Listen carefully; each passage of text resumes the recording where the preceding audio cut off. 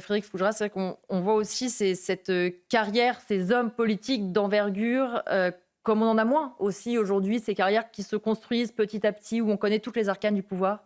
Mais on parle beaucoup de son image attachée à l'Europe. Évidemment, c'est normal, il a présidé pendant 10 ans la Commission européenne, mais on oublie, ou on parle très peu du fait qu'il était ministre de l'économie et des finances. Alors, il ne l'a été que 3 ans. 3 ans, ça peut paraître peu. En fait, pour un ministre de l'économie et des finances, c'est énorme. À part Bruno Le Maire. Oui, c'est ça, on s'est habitué à Bruno Le Maire. On a très peu, je crois que c'est 1 an la moyenne d'âge, la durée de vie moyenne d'un ministre de l'économie et des finances. Donc 3 ans, c'est énorme. Et c'est énorme parce que c'était à une période vraiment particulière. Peut-être a-t-il évité le pire à la France. C'est de 1981 à 1984. Pourquoi c'est important ?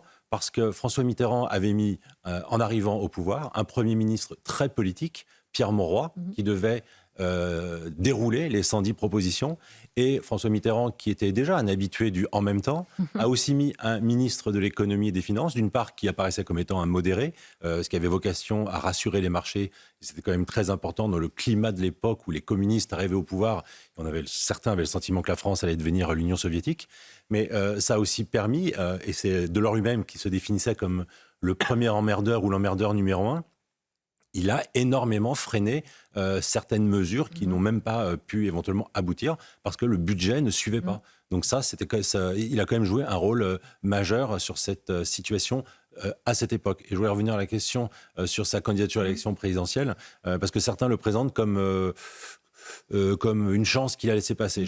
Je ne pense pas, en tout cas de son point de vue, qu'il ait été question d'une chance qu'il ait laissé passer. Je pense qu'il n'avait pas envie d'y aller. Et ça arrive. Tout à l'heure, on parlait de psychiatrie. Je pense qu'un psychiatre pourrait nous expliquer de façon très intéressante la différence qu'il y a entre une personne qui veut y aller et une personne qui ne veut pas y aller. On ne peut pas occuper cette fonction si on n'a pas de tout son corps envie d'y aller. Assurément, il ne devait pas l'avoir. Il y avait d'autres raisons, mais je pense qu'il ne l'avait pas. Et pour ceux qui se souviennent du jour où il a annoncé qu'il n'irait pas, en fait, peut-être que beaucoup d'entre nous étions devant notre téléviseur en ayant envie ou pas envie qu'il soit candidat, mais en tout cas qu'il mette fin à un suspense. Et nous étions tous assurés qu'il allait annoncer qu'il était candidat à l'élection présidentielle. On ne se rendait pas chez Anne Sinclair, 7 sur 7, une des plus importantes émissions politiques du moment, pour ne pas dire du siècle, pour venir dire qu'on n'était pas candidat à une élection. Mais vous avez raison, il n'a jamais aimé. Il a été une fois élu, il est resté 1 an maire de Clichy, je crois. Mais il a toujours refusé d'aller aux élections, et notamment le Parti socialiste voulait l'envoyer sur ses terres natales, même s'il est né à Paris, il avait des origines du centre de la France, face à un certain Jacques Chirac, et il a refusé, c'était en 81, et c'est François Hollande qui a été mis à sa place. Il n'a jamais aimé la chose électorale. Mais donc il n'avait pas envie, si vous me permettez juste de finir l'anecdote.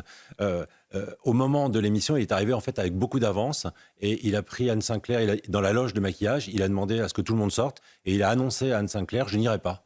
Et là, Anne Sinclair, elle est perturbée parce qu'elle pensait faire son émission sur cette... C'est pas le même scoop à la fin. Oui, elle pensait faire son émission sur cette candidature. Elle était perturbée à titre personnel parce que personnellement, politiquement, elle avait envie que Jacques Delors soit candidat et que ce soit son candidat. Donc elle avait toutes les raisons d'être perturbée.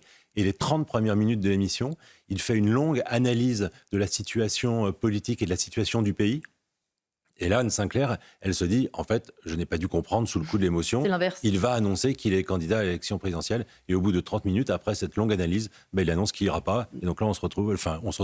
Le Parti socialiste et peut-être même toute la gauche se retrouvent sans candidat. Et bouleversement, mais on en connaîtra bien d'autres plus tard. Mais premier bouleversement assez intéressant.